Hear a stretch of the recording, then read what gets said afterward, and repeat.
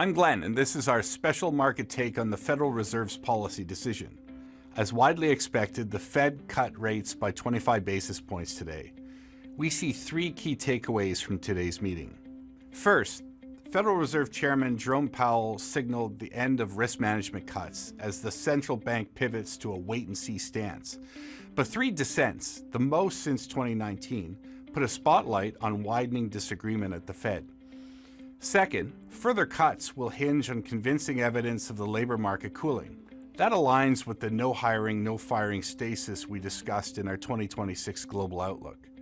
Third, we see a global disconnect emerging. The US has stronger inflation and growth, yet a more dovish stance, while other economies face weaker data, yet their central banks have turned more hawkish. That heightens the uncertainty about the Fed's path and increases the importance of US economic data to come. The decision to cut rates came with three dissents, the most since 2019. This put a spotlight on widening disagreement within the Fed in recent months on next steps for policy rates, reinforcing a point we made in October about the Fed facing more complicated decision dynamics.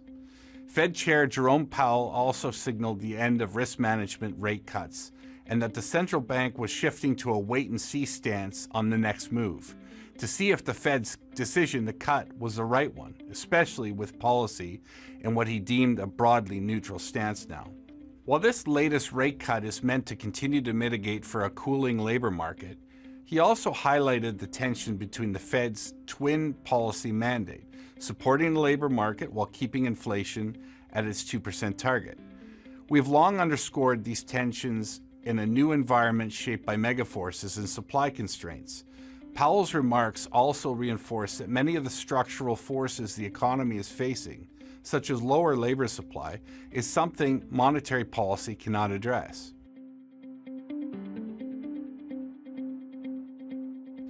Looking ahead to 2026, further cuts will hinge on convincing evidence of labor market cooling. That aligns with the no hiring, no firing stasis in our outlook.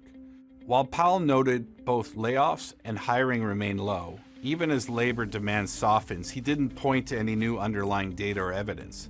What he did point to were expectations of stronger productivity growth next year, supporting activity even as the labor market cools. On inflation, while Powell stressed that inflation remains somewhat elevated, with most of the overshoot attributed to tariffs, that underlying inflation excluding tariffs is closer to the low 2% range. As we set out in our outlook, any rebound in hiring or business confidence could reignite inflation pressures, bringing back policy tensions with debt sustainability.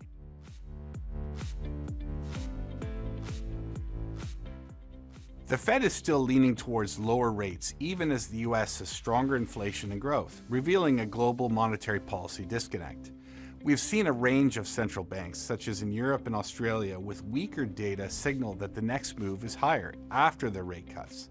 The Bank of Japan has been on its own course of normalizing higher interest rates over the past years and is prepping markets for a hike next week.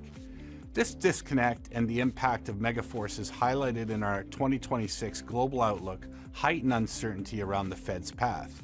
This disconnect is a risk heading into next year and puts added weight on upcoming US data, especially the resumption of US jobs and inflation data next week and into January when the data calendar starts to normalize. Our recently released 2026 Global Outlook reiterates our pro-risk and overweight US equity stance, driven by our views on AI CapEx, which, when paired with these Fed cuts, we expect to support US growth in 2026.